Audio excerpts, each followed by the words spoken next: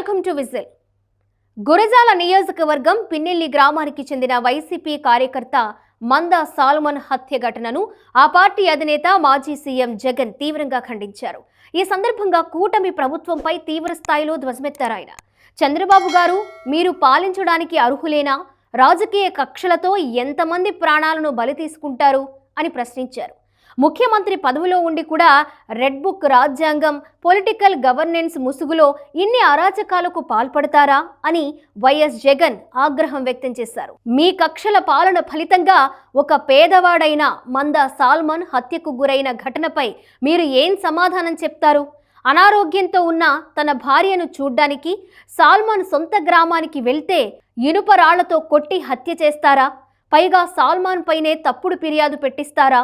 ఇలాంటి దారుణాలు చేయడానికేనా మీరు అధికారంలోకి వచ్చింది అని జగన్ ప్రశ్నించారు. ప్రజాస్వామ్యానికి విరుద్ధంగా మీరు అజమాయిషీ చెలాయిస్తున్నారు.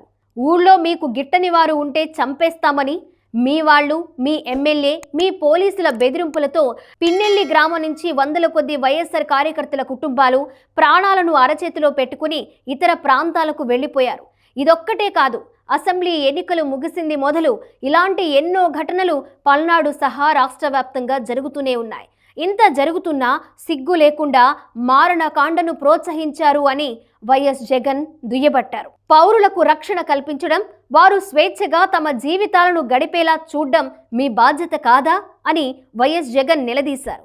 అలాంటి బాధ్యతలను నిర్వర్తించడంలో మీరు విఫలం చెందడం, పైగా మీరే మీ కక్షల కోసం శాంతి భద్రతలను దెబ్బతీసి హత్య రాజకీయాలకు వెన్నుదన్నుగా నిలవడం దుర్మార్గమైన విషయం కాదా? మీరు ముఖ్యమంత్రిగా ఉండి చేస్తున్నది రాజ్యాంగ ఉల్లంఘన కాదా చంద్రబాబు గారు? హింస రాజకీయాలకు పాల్పడుతున్న మిమ్మల్ని ప్రజలు ఎట్టి పరిస్థితుల్లోనూ క్షమించరు. తప్పకుండా ఇలాంటి ఘటనలకు మీరు మూల్యం చెల్లించాల్సి ఉంటుంది. ఏది విత్తుతారో అదే రేపు పండుతుంది అన్నది ఎప్పుడూ మర్చిపోకూడదు. టీడీపీ వారి చేతిలో హత్యకు గురైన సాల్మన్ కుటుంబానికి వైఎస్ఆర్సీపీ అండగా ఉంటూ వారిని ఆదుకుంటుంది అని జగన్ చెప్పారు.